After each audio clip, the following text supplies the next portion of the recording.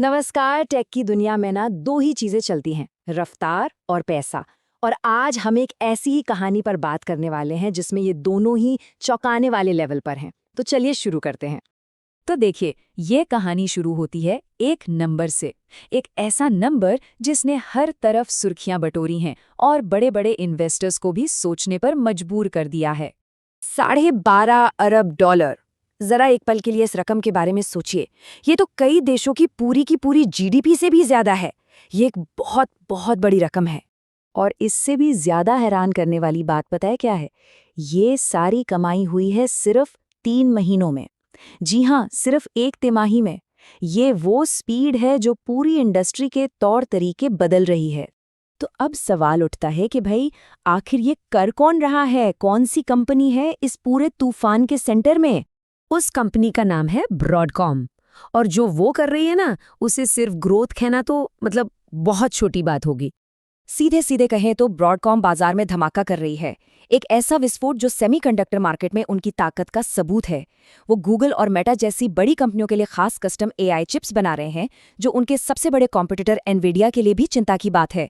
अच्छा, तो ये जो इतना बड़ा धमाका हो रहा है, इसके पीछे का इंजन क्या है?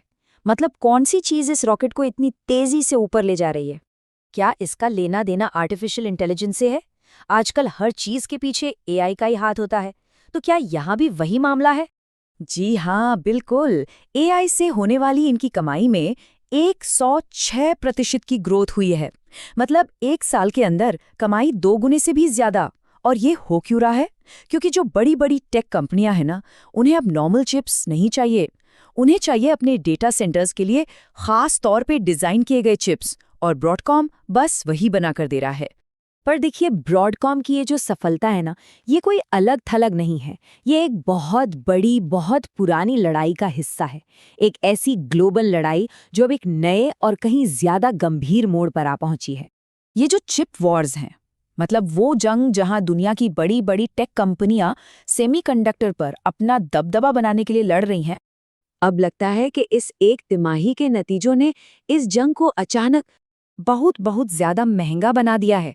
अब खेल का लेवल ही बदल गया है। सिर्फ अच्छी टेक्नोलॉजी से काम नहीं चलेगा।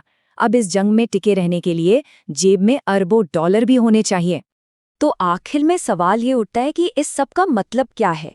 ये जो लड़ाई दिन पर दिन महंगी होती जा रही है, इसका भविष्य पर क्या असर होगा? मतलब साफ है, टेक्नोलॉजी के भविष्य को लीड करने की कीमत अब बहुत बहुत ज्यादा बढ़ चुकी है। इनोवेशन की ये दौड़ अब पहले से कहीं ज्यादा महंगी और मुश्किल हो गई है। और यहीं पर आकर एक बड़ा सवाल खड़ा होता है। जब लड़ाई इतनी महंगी हो जाए, तो इसे जीतने का दम कौन रख सकता है? और जो कंपनियां इस रेस में पीछे रह जाएंगी, उनका क्या होगा?